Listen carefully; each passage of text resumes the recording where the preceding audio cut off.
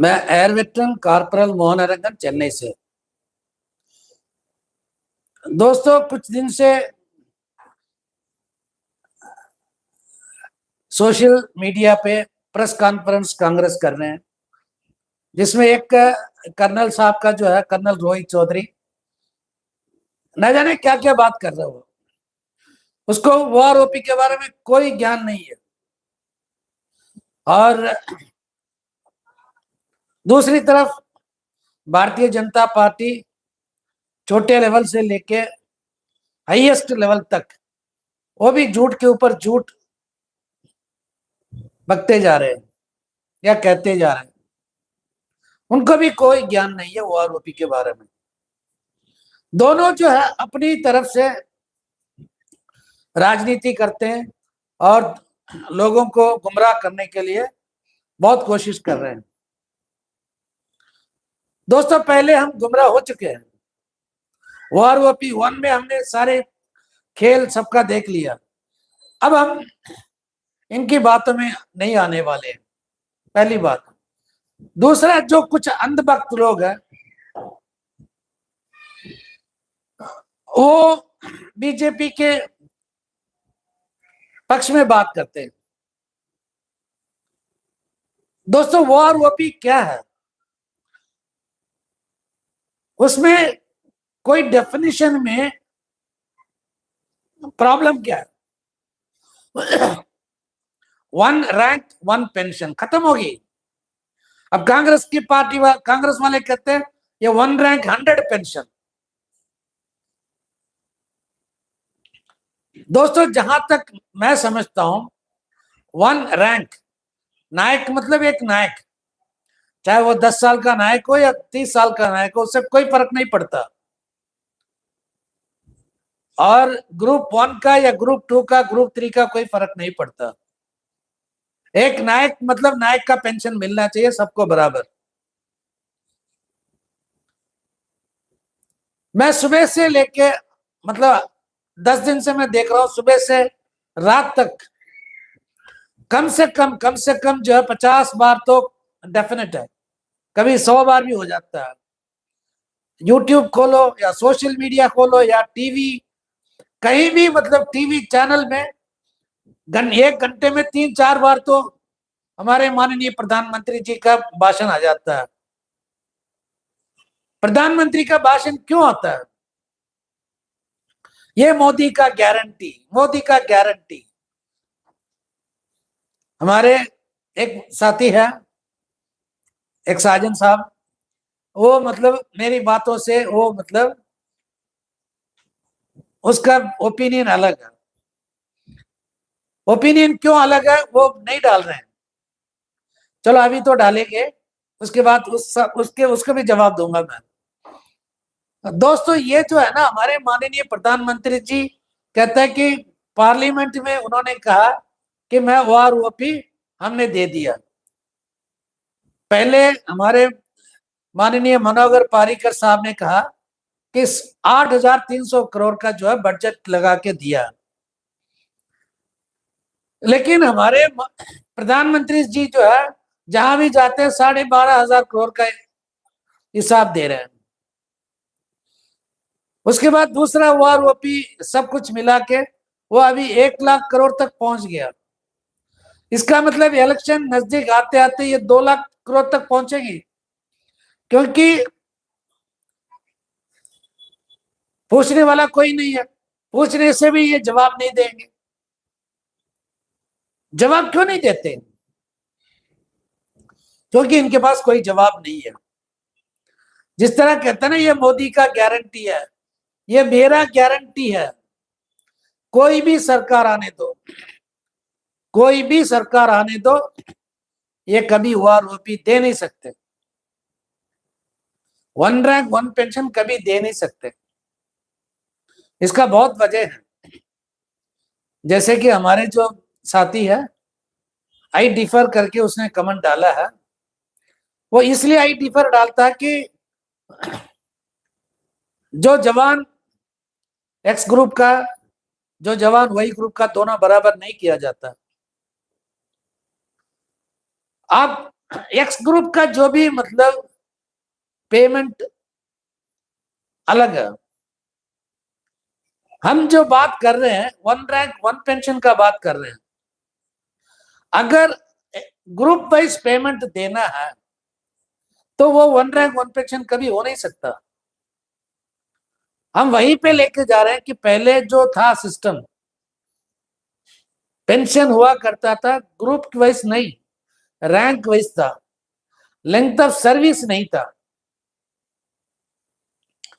किसी सर्विस में जैसे कि एयरफोर्स होगा, एयरफोर्स में जो है आदमी 39 ईयर्स तक नौकरी करता है, 39 ईयर्स सर्विस, यानी कि अप टू 58 ईयर्स तक वो नौकरी करता है। लेकिन ये फैसिलिटी आर्मी में नहीं है। आर्मी में क्या 32 साल की सर्विस हो गया, ऑनरी कमीशन ऑफिसर बन के वो बाहर निकाल देते हैं, या कलर सर्विस पूरा हो गया, आगे प्रमोशन नहीं मिला, उसको निकाल देते हैं। एयरफोर्स में ऐसे नहीं है, नेवी में ऐसा नहीं है। यही फर्क है, इसीलिए मैं कह रहा हूं ओआरओपी दे नहीं सकते, सबसे पहली बात। दूसरी बात क्या है, एयरफोर्स और नेवी में सर्विस के दौरान कमीशन मिलता है, ऑनरी कमीशन। और ज्यादातर आर्मी का क्या है, सर्विस से बाहर जाने के बाद ऑनरी नायब सूबेदार हो या ऑनरी लेफ्टिनेंट कैप्टन, सब कुछ बहुत लोगों को बाहर जाने के बाद दिया गया। ऐसे कोई बहुत सारे मुद्दा है। और किसी का पेंशन काट के दूसरे को देने के लिए तो हम नहीं कर रहे हैं ना। सबसे ज्यादा एक्स ग्रुप कहां पे है? सबसे ज्यादा एक्स ग्रुप एयरफोर्स में है, उसके बाद एक्स ग्रुप सबसे ज्यादा नेवी में है। आर्मी में क्यों कम है? आर्मी में ज्यादातर आर्टिलरी इन्फेंट्री या कुछ भी हो,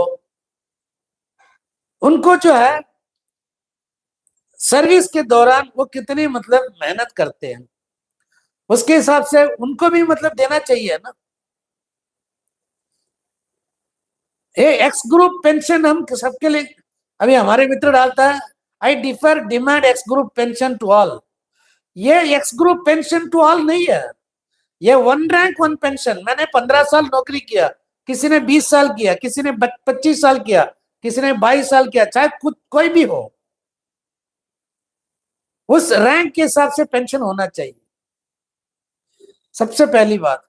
दूसरी बात, अगर मान लीजिए अगर वो नहीं है, ग्रुप के हिसाब से देना है, तो एक्स सर्विसमैन बेनिफिट भी जो है ग्रुप के हिसाब से दे दो।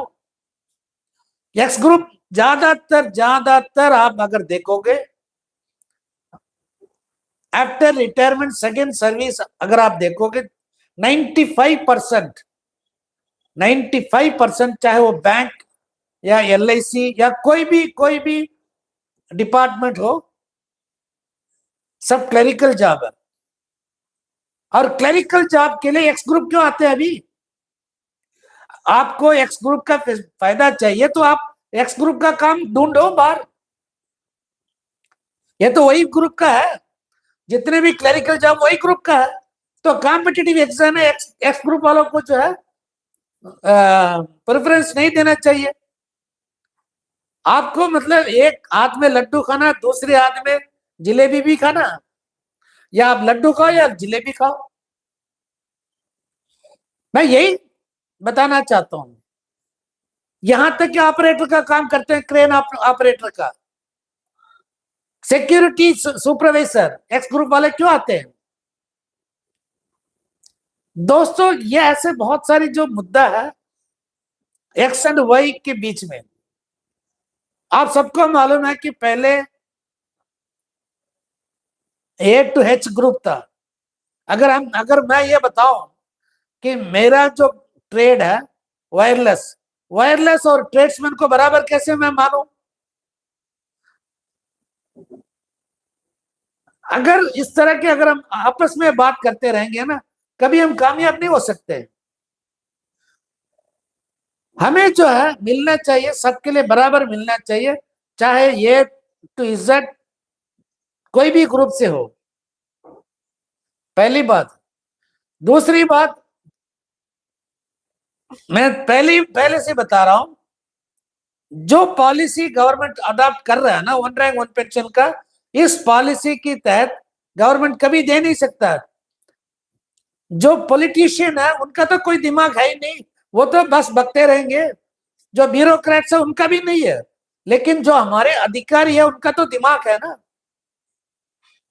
इनको बोलना चाहिए, इनको ये बोलना चाहिए कि भाई देखो, हमारे वही ग्रुप के इतने लोग हैं, ये सब फाइटर्स हैं। सबसे ज्यादा आप देखोगे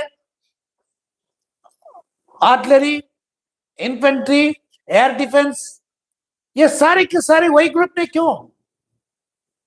जो आदमी तोप चला सकता है, जो आदमी तोप को सर्विस कर सकता है, सब कुछ कर सकता है, लेकिन उसको वही ग्रुप में क्यों रखा? ये सारी चीज जो है ना, हम ये नहीं सोचते कि आर्मी के जो लोग किस तरह का काम करते हैं, मैकेनिक का काम वो भी करते हैं। आप ईएमई में जाके देखो, आप जो काम एक फोरमैन करता है उसका क्या सैलरी है, वही काम हमारे जो लोग करते हैं कितनी मतलब सैलरी है। जड़ तक हम कोई नहीं जाता, हम में से कोई जड़ तक नहीं जाते, क्योंकि डर लगता है इनको जड़ तक जाने में, मेहनत करना पड़ता है। दोस्तों, अगर वारओपी देना है तो चीफ ऑफ आर्मी स्टाफ का जो पेंशन है, उस पेंशन के हिसाब से परसेंटेज की तोलना करना है। मिनिमम परसेंटेज एक सिपाही का 22% से अगर स्टार्ट करेंगे, 22, 24 ऐसे 2-2% बढ़ाते जाएंगे ना, तो या ना एमएसपी की झंझट, कुछ भी नहीं होगा। Yes, army officers are getting pension as per branch नहीं है।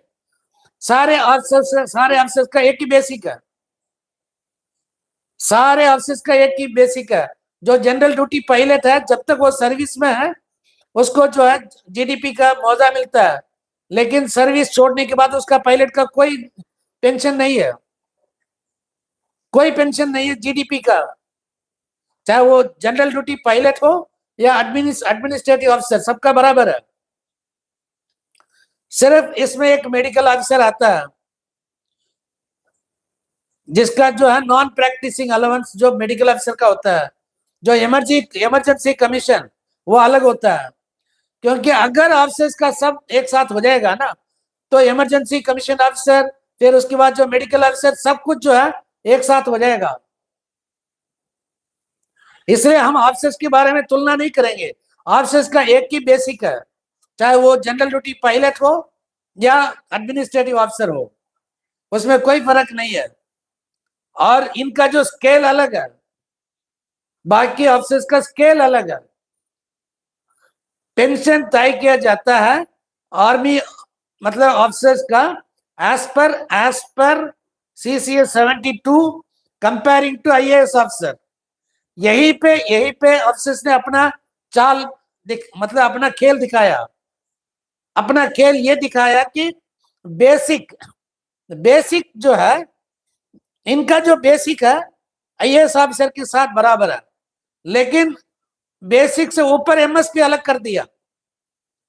लेकिन हमारा क्या प्रॉब्लम हुआ कि हमारा जो बेसिक और MSP दोनों मिलाने से जो फर्क होना चाहिए, वो इतना फर्क नहीं है सिविलियन को कंपेयर करके। हमारे साथ बहुत बड़ा धोखा हुआ। इस धोखे के बारे में ना ये कर्नल रोहित चौधरी कभी बात नहीं करता, क्योंकि इसमें ये भी शामिल है, कांग्रेस गवर्नमेंट भी शामिल है। बीजेपी सरकार तो मतलब वादा किया है, लेकिन कोई वादा पूरा नहीं किया, कोई वादा पूरा नहीं किया। दोस्तों, अभी आज के एक मतलब कंप्लीट करने से पहले मैं 2 बात कहना चाहता हूं। सबसे पहली बात, मेरा जो ओरिजिनल फोन है 9962100315, इस फोन में से सारे नंबर उड़ गया, व्हाट्सएप का नंबर, नाम, सब कुछ उड़ गया। इसलिए जितने लोगों ने पेंशन के जो मेरे पास डिटेल्स भेजा, मैं उनसे रिक्वेस्ट करता हूं, फिर से आप अपना नाम और टेलीफोन नंबर जगह का बारे में व्हाट्सएप कर दीजिए। दूसरी बात, हमारे माननीय प्रधानमंत्री जी अभी जहां भी जाते हैं वो आगे का जो है ना 5 साल का जो मतलब वेलफेयर सिस्टम बताते हैं कि इस स्कीम के लिए 6,000 करोड़, इसके लिए 17,000 करोड़, इसके लिए 10,000 करोड़, ऐसे करते करते जो है 5 साल में जो कुछ होगा वो अभी बता रहे हैं, लेकिन डिफेंस का कुछ नहीं है। इसलिए जो है आप OROP 3 और आगे जाके जो है 8वें पे कमीशन, इसमें कोई फायदा नहीं मिलने वाला है। इसको आप ध्यान में रख के वोट देते वक्त ये सारे आपके ध्यान में होना चाहिए। आप फैसला कर लो किसको वोट देना। लेकिन इस गवर्नमेंट ने हमारे लिए कुछ भी नहीं किया। कुछ लोग कहते हैं कि इस गवर्नमेंट ने OROP दिया। इस गवर्नमेंट ने OROP के नाम पे खिचड़ी बना के वन टाइम इंक्रीमेंट दिया, OROP नहीं दिया। ये इतना याद रख लेना। मैं अगली बार लास्ट में फिर से बताता हूं, मेरा फोन नंबर 9962100315। मेरे पास बहुत सारे लोगों का पेंशन डॉक्यूमेंट जो है मेरे व्हाट्सएप से मतलब क्रैश होने से जो है पूरा डाटा निकल गया। प्लीज आप जितने लोगों ने मेरे को जो पेंशन डॉक्यूमेंट भेजा है उनसे मैं रिक्वेस्ट करता हूं, आप कृपया करके फिर से सिर्फ अपना नाम और डिटेल्स बताना। मैं आपको दूसरा नंबर बताऊंगा ताकि स्टोर दूसरे फोन में मैं कर दूंगा। जय हिंद, वंदे मातरम, भारत माता की जय।